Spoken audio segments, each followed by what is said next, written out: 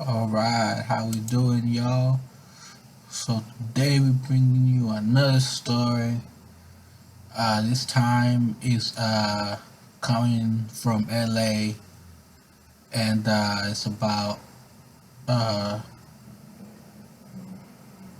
a girl that runs marathons, and she just got the world Guinness record for running the most marathons. So it goes a little bit like this. Guinness World Record at Los Angeles Marathon awaits Jocelyn Rivas after 2,620 incredible miles.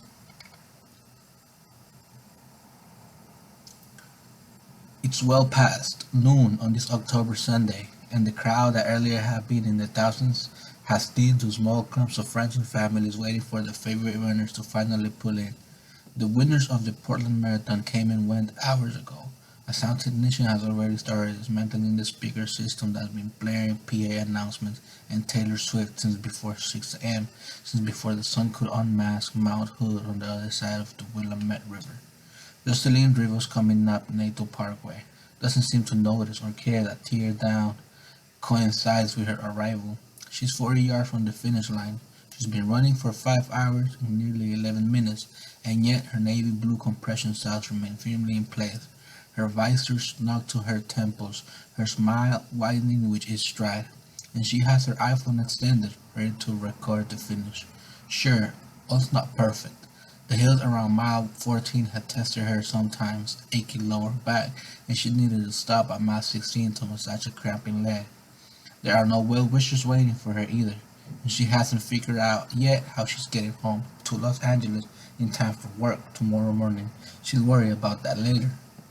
Rivers has never run this race before. Doesn't matter. The blacktop ahead still must seem familiar. She's about to finish her 94th marathon in 7 years. Her 24th this year. Her 38th since the coronavirus pandemic all but shut down the racing world. And when she does, she'll need just 6 more finishes to claim a record that a woman born the way she was should never be pursuing. After running beneath the finishing banner, she stops to high five a runner she met 8 miles earlier. His name was Dennis, she'll say later, and he said this was going to be the last marathon he ever ran. That's definitely not her plan. She bends over for a second before moving forward to collect her race medal. Then she remembers something. Can you take my photo? She asks a race volunteer. She holds the medal. It's the size of a coffee saucer.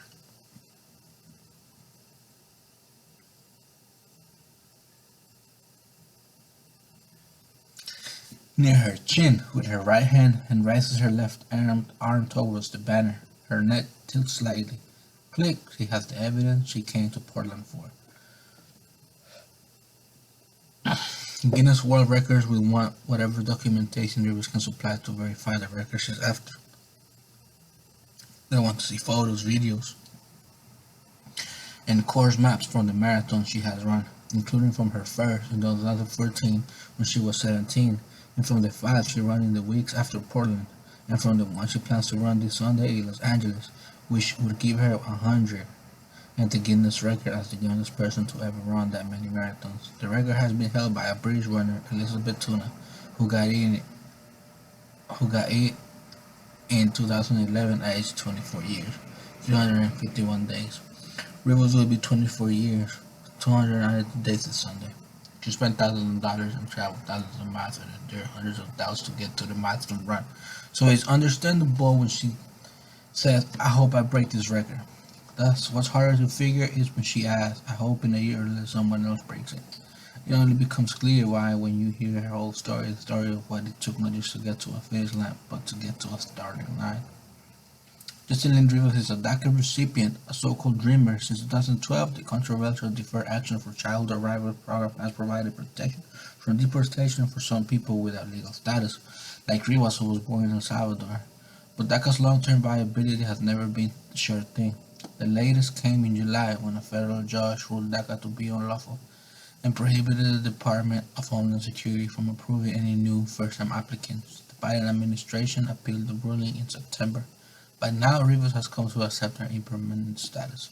After years as a DACA recipient, the main way I can become a citizen is by marrying someone who's a U.S. citizen, said Rivas, who was 15 in 2012 when she became a DACA beneficiary. I don't want that. I'm very independent. I like doing things my own way. Since September 5th, 2017, she's been showing just how resolute she is. That morning, former President Donald Trump's administration announced it would revoke DACA. The news shocked Rivas, leaving her in tears, unable to run and feeling very empty most of the day. But by the next day, she had posted on Instagram her goal to become the youngest Latina runner to complete 100 marathons, a record then held by another Los Angeles runner. It was not yet aware of the Guinness record. It pushed me to do something, Rivers says of the Trump administration's order, which subsequently was blocked by the Supreme Court. I never wanted to feel that way again. I wanted to feel like a stronger person. I already loved marathons, and it gave me the purpose to get back to doing more of them. At the time, she was in her third year at Cal State Los Angeles, the first in her family to attend college. She was studying computer information systems, taking 18 credits per semester, and working 8-hour shifts at an Apple store. And she had checked off 9 of the required 100 marathons. But besides the records and the satisfaction that came with going 26.2 miles, she had another reason to keep running. To show that dreamers are not just here to do nothing. We are doing great things, Riva says. Dreamers have struggled a lot. You've been between. Are we going to stay or are they going to deport us? It's hard emotionally, she pauses. You keep on chasing your dreams because one day it could be taken away. When she completes her 100 marathon, Rivas will have run 2,620 miles, or roughly the distance between her birthplace in Salvador, and Los Angeles, the city she first arrived in late the night of October 1st, 2013, unsure of where she was or why.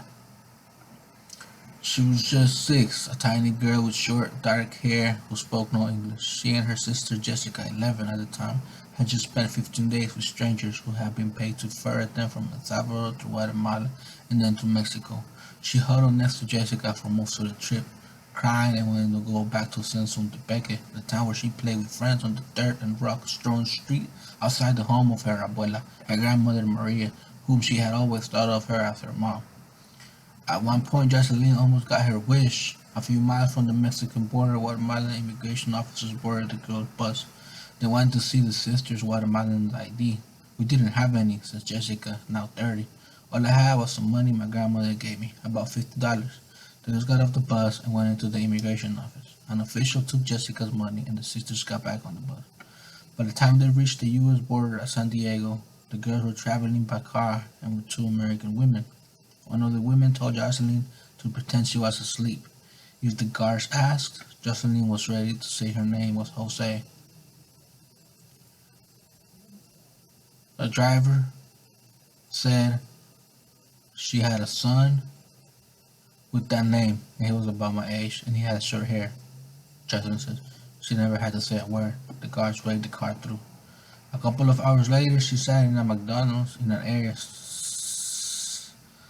of South Central populated by immigrants from Mexico and Central America. A woman with dark hair pleasant mouth came over as Jocelyn ate french fries. Hola, soy tu mamá, ¿sabes? The woman said. Jocelyn looked back blankly, wondering who this person was, this person claiming to be her mother. She was a stranger to me, Jocelyn says. My mom was back in El Salvador. Jocelyn had no memories of this person or what Rosa Rivas had gone through in the first day of Jocelyn's life.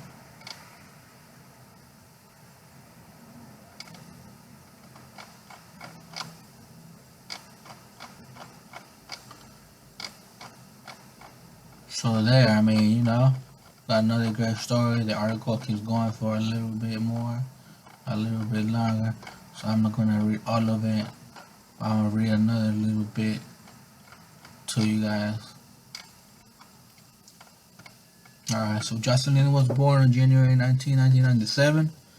Moments after the delivery, Salvadoran doctors told Rosa, already a single mother of 2 daughters, that her baby had a broken neck, a broken back, and 2 broken feet. They gave no explanation for Jocelyn's injuries or what may have happened, and no clear indication that the baby would be okay. I was surprised when they told me this. I didn't expect it, Rosa, 52, recalls through an interpreter. I expected her to be a fine little girl. She spent 10 days in the hospital. When Rosa finally took Jocelyn home, she cried almost as much as the baby did. twice a week for the next 6 months. She boarded a bus with Jocelyn and rode 45 minutes to the hospital in San Salvador, where physical therapists massaged the baby's feet, spine, and neck. When they returned home later in the day, the two would go to the restaurant where Rosa worked. She placed the baby on a soft pillow in the back room, hoping Jocelyn would stay as immobile as possible while Rosa served tables. Today, Rosa can't remember if it took 8 months or 12 months or longer for Jocelyn's bones to heal, but eventually they did, and the little girl got going. As Jessica says of her sister, she didn't walk fast, she took her time. Her feet were kind of sideways, not like a normal kid. A year or so later, it was Rosa who was on the move. She left Jocelyn, Jessica, and Jeanette, her oldest daughter, with her mother and emigrated to Los Angeles. Her plan was to make enough money so she could eventually bring the girls to the United States. Jeanette would enter the U.S. 2 years after her sisters. Rosa worried about the gangs around San Rebecca and the harm they might do to her children, and she wanted to provide them more in the way of food and clothing and other essentials. "You didn't live well in El Salvador," Rosa said. "I'm going to come to the United States to get ahead and to give our family a better life."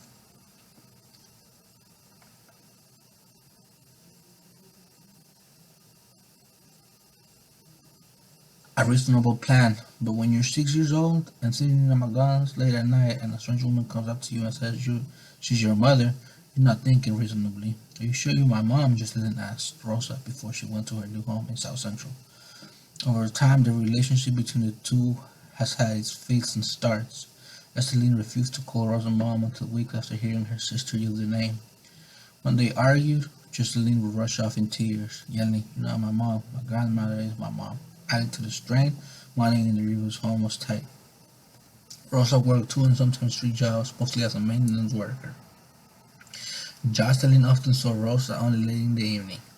Jessica was the one preparing dinner. Jocelyn said she had no relationship with her father. She was unaware of him until he reached out via Facebook a couple of years ago. And there was the reality of the resident status. Before DACA was enacted, Rosa made sure to tell her daughter what it meant to be undocumented. Finding steady work and going to college would be difficult, and being deported for the slightest infraction was always a possibility. She told Jocelyn she was different than many of her classmates. "You have to work double more than most people because you're undocumented," Jocelyn remembers her mother saying, "and don't ever tell me you can do anything." As it turned out, the one thing Jocelyn wanted to do, Rosa told her she couldn't. So there, you know, the girl got the Guinness World Record for running the most marathons. She's born in El Salvador. He came to the U.S. when she was 6. Um, she's doing good. She's going to college, and she got a great story. So this is just another great example of how the Salvadoran community you know is doing great things here in America, and I wish her well. Hope all her dreams come true. And I love the fact that she's